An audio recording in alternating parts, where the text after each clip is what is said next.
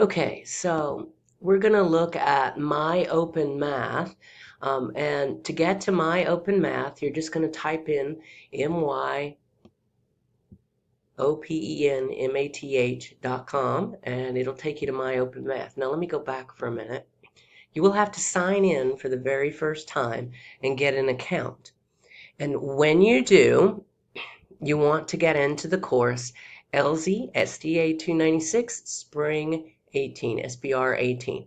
All right, so this is the course you're looking for. Not that one, but this one right here at the top. And to get into my course, you're going to need a code. Okay, so that code is called an enrollment key. And when it asks for enrollment key, your enrollment key is LZ Stats. Notice that the E is capitalized and the S is capitalized and everything else is lowercase. And that is important. It is case sensitive. So LZ Stats, write that down so you have it. And the name of the course you're getting into is this one right here. If you want to, you can also write this course ID 32896 just in case you need it. But these are the two that you're going to need right here. All right. If you have any trouble getting in, let me know, but it should let you in with no difficulty. There's no enrollment fee or anything. This is free. Okay, so let me go back. Now, once you get in to the course, so I'll click into the course, your screen should look like this. I'm actually in the student view here. So you should have these options over here. So after you've done your homework, you can look in your grade book. And right now, of course, you'll have nothing in it. But as soon as you start doing homework, you'll have grades over there. All right, so notice, though, there's this list of homework quizzes starting with 7-1 and 7-2. And the nice thing is you're going to have an infinite number of times to work the quiz. All right, just like MyMathLab, it'll regenerate the problems after you've tried them a couple of times so that you can work a new problem and conceivably get 100% if you keep working at it. All right, so let's go though to our first quiz, homework quiz, because I want to guide you through a few things that will be a little bit different. So we'll click on that. All right, so here's the first homework problem, and let me move the box over so you can see the full problem. I think I'll still have to move it as we read because it's not going to cover it all. Assume that a sample is used to estimate the life expectancies for males in a certain county. Find the 98% confidence interval for a sample of size 75 with a mean of 69.3 years and a standard deviation of 9.4 years. Enter your answer as an open interval, in other words, parentheses, accurate to one decimal place, because the sample statistics are reported accurate to one decimal place. All right, so we are going to put in our 98% confidence interval in an open interval in parentheses with a comma in between. And notice the answer should be obtained without any preliminary rounding. So that's very important. If you round too early, your answer will not match theirs. And it is very sensitive to the decimal points here. All right, so let's go first of all, and we're going to get the value for Z that we need for a 98% confidence interval. And then we also need to write down that our sample size N is 75. Our mean X bar for the sample is 69.3, and our standard deviation S for the sample is 9.4. All right, so first, let's get the 98% value for Z. All right, so first, alpha, and I've just typed the word alpha here rather than getting the symbol, is 1 minus 0.98. 1 minus our 98% as a decimal, and that's 0.02. For all confidence intervals, though, we have to take this and divide it by 2. What we're going to look up is an area or a probability of 0.01 on our Z chart. And it's Z because we have 75 pieces of data. If it were smaller, we have to pay close attention to whether or not we have sigma, our population standard deviation, or S, our sample standard deviation. If it's smaller and we only have S, we have to use the T distribution. But this example, of course, is a Z distribution.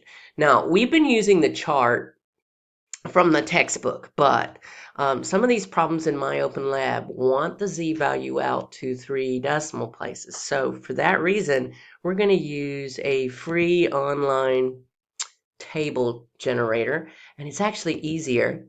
We're going to go to, let me actually just type the whole thing so you can see it and move the window up. All right, I already had this typed in, but we're going to go to stattrek.com. Okay.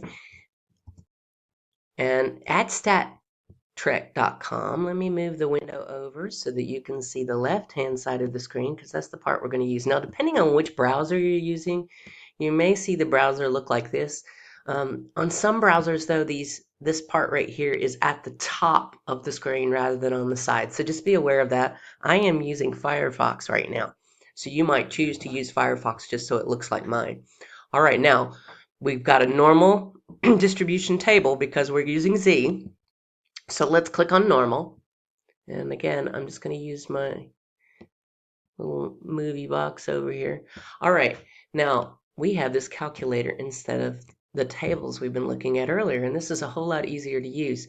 Now, when we divided our alpha by 2 a while ago, we got 0.01. So that's what we're going to put into this box.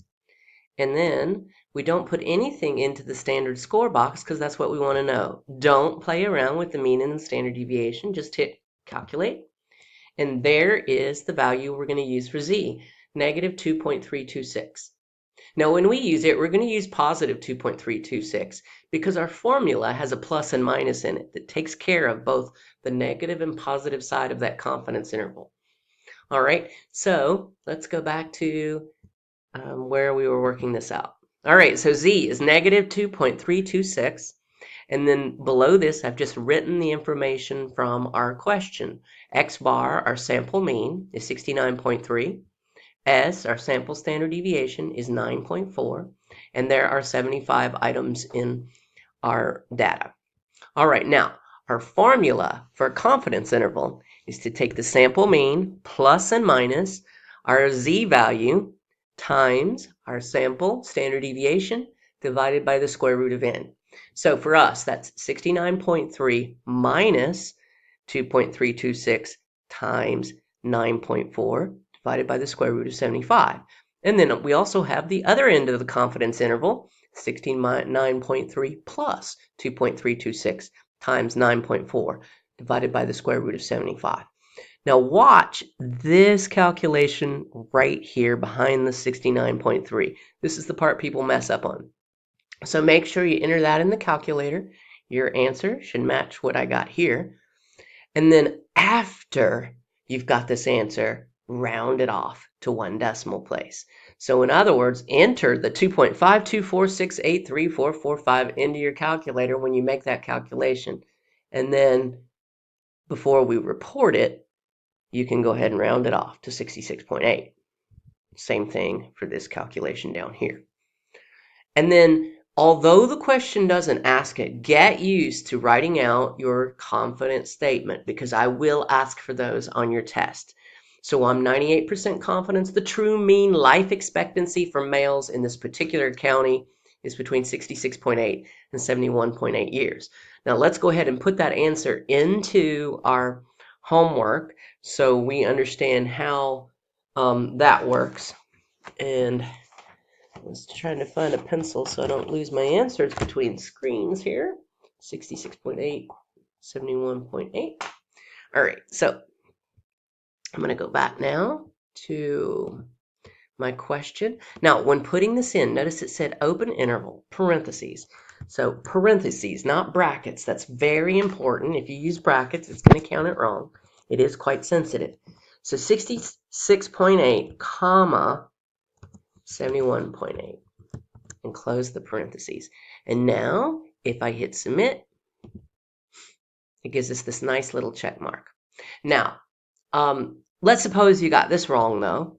Let's just choose another question and get it wrong a couple of times just so you can see how this works. So I'm just going to actually just submit it here and it'll be wrong. Okay. Oh, no, maybe it won't. Okay, so I've got to put something. Let's put 2 to 5. Who knows? And hit submit. And of course, it's wrong. All right. And so we'll try it again. And I'm assuming that it's only going to give us like 3 tries, and then we'll have to 5 to 10. Submit. Nope, still wrong. Of course it is. Do one more time here. 4 to 3, which makes no sense. And still wrong.